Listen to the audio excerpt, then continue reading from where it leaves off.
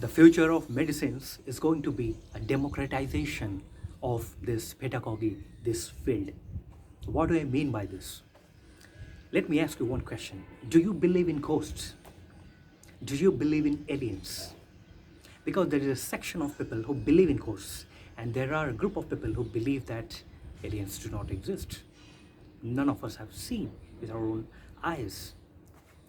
I will not answer this question now because this question has a traces of coronavirus angle to it, which I will answer later.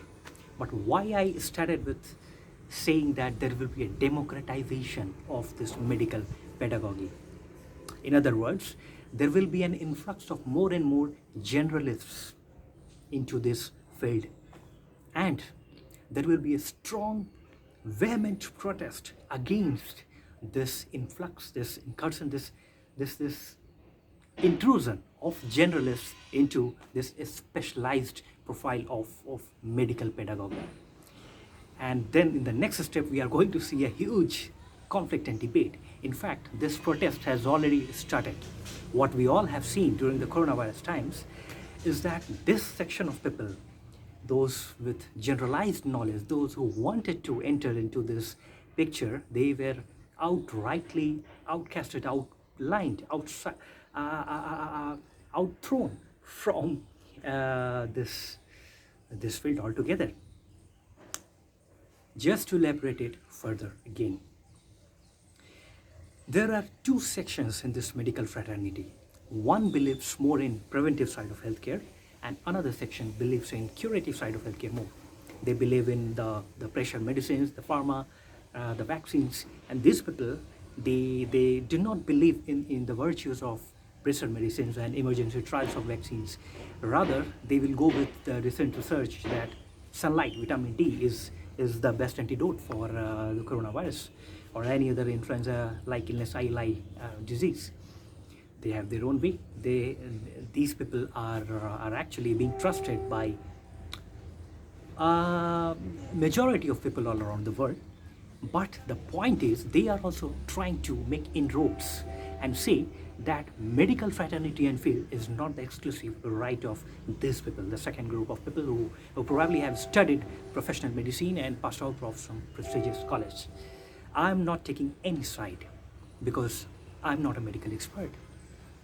But what I'm trying to say is that why during the coronavirus these people felt that in future there is a need to include their voices in the overall journey of medical discussions. RT-PCR test, this reverse transcription polymerase chain reaction which we use today's times, it was founded by Dr. Caramolis in 85, 86, and he got Nobel Prize for this in 93. Now there is a section of people who claim that Dr. Mullis never claimed that this could be used for the detection of infectious virus. He only said that this is used for to detect the signature of DNA and RNA of the person being tested. And the other section of people, they say no, he was being misquoted. He did not refer to coronavirus. Of course, he cannot refer to coronavirus because he died a year before in 2019. But he was speaking about it in the context of HIV and AIDS in 1996 when he spoke about it. His famous line, quantitative PCR is an oxymoron. This is wide open for interpretation. But Dr. Mullis was known to be a very flamboyant personality, at times very, very controversial, and he was very, very outspoken. He had his own stance on HIV, AIDS, and several other topics, which did not probably go down well with the larger part of the medical fraternity at times. So it would have been really interesting that if he were to be alive today, what would have been his stand on this use of RT-PCR technique for detection of COVID-19 and the millions of cases based on that extrapolation. Elon Musk, another such interesting maverick and outspoken personality. 2 days back, he said that he underwent 4 times RT-PCR tests in the same day. Same nurse, same hospital, same test, and 2 times he tested positive, 2 times he tested negative the same day.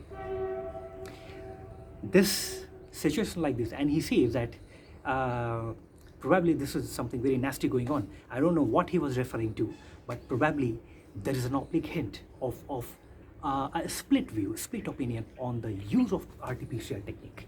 Antigen is anyway, it's not something people are buying, but RT-PCR test is the only test where we all are relying and buying into.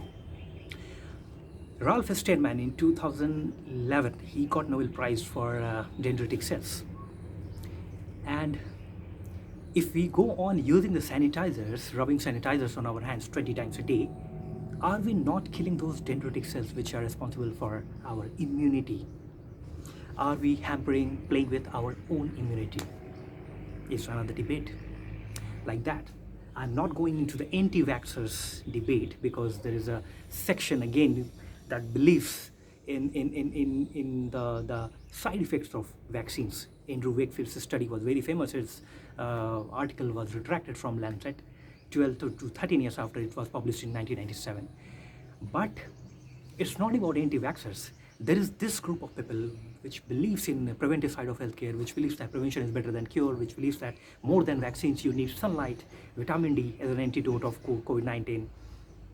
These group of people, and a lot many of them are actually generalists, and they have developed their knowledge of medicines with time. There is a constant now fight and big debate is going on in the medical world that should medical world be the sole proprietorship. They allege that these people have hijacked the medical fraternity. Religion is based on the foundation of belief, and science is based on the foundation of disbelief, contradiction, challenging the status quo with an element of curiosity so that you can empirically find out the observations yourself. Why are we bringing an element of belief in science is my question. If a section of people who propound for this preventive side of healthcare, if they believe that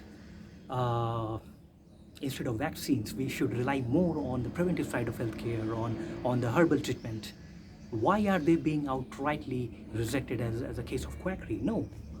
Why are they not being heard?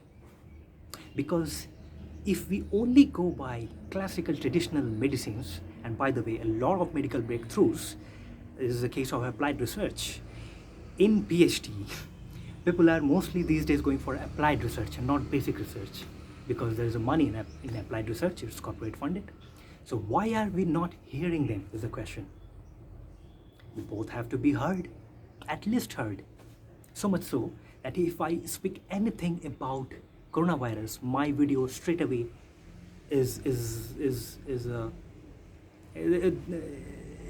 a chance that it could get flagged by Google and removed altogether from Google and YouTube. How does this work? Because 1 out of 5 people, according to Oxford research, they believe that coronavirus is the biggest hoax in history. But if you type a keyword, how come coronavirus is a scam, coronavirus is a hoax, is not a keyword? You can type this and see that there is no result.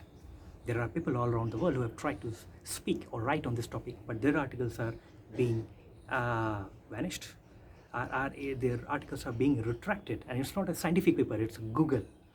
So, which is why I'm saying this is leading to a disenchantment. This is leading to a space where more and more people, they will lose faith on the medical science industry because they claim that this has been hijacked by the curative side of people who are trying to make the pharma industry $1.3 trillion by 2023.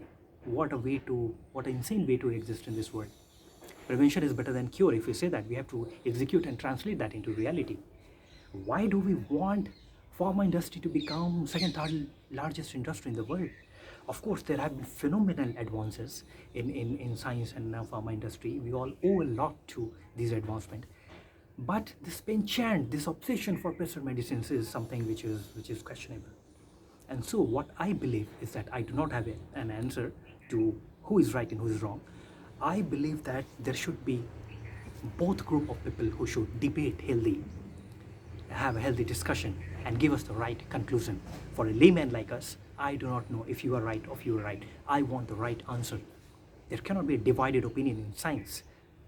Please, we request both these sections to hear them out, hear each other out and give the layman the final answer. Science cannot have two ideologies. Acid plus base equal to salt plus water. This is science. This is fact. You cannot give it an ideological twist. So why are the layman we are being denied the real truth? Because of the internal fights between these two sections. And why are this preventive side of healthcare people, they are not being heard? Regarding the ghosts and aliens, my answer is this. Yes, ghosts exist, let them exist, but you go on and carry on with your life. If I go on being obsessed with ghosts to and for this debate, I'm still attached and obsessed with that idea, and ghosts will anyhow enter into my dream and it will give me sleepless nights. So your attitude towards ghosts or aliens should be dispassionate admittance of the reality. Yes, ghosts are part of the existence. I'm also part of the existence of the same organic existence, and there's an organic unity in this existence. So there is no conflict. Right now, a bird is chirping here on the trees. I don't have to pick a stone and throw it unless it's not causing me any harm. Let it be.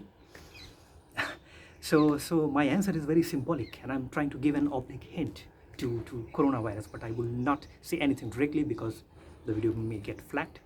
But the future of medicine is definitely going to be a case where there will be a democratization of this field, this sector. This sector cannot be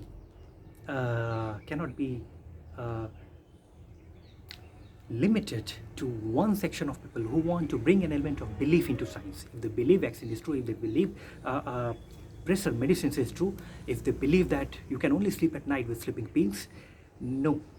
Probably they are right, but they are not totally right. So this section of people who believe that you can still sleep without taking sleeping pills and you can still survive on your natural immunity, these group of people may also need to be heard. And so in future, as the debate will go on, from both ends, you will see that there is a gradual democratization of this medical field, and more generalists, more and more passionate people who are passionate into medicine but they have not studied medicine from somewhere, they will be coming to gain knowledge and they will come into this field, and we are going to see from this thesis and antithesis, we are going to probably see new synthesis out of this churning. Let's see.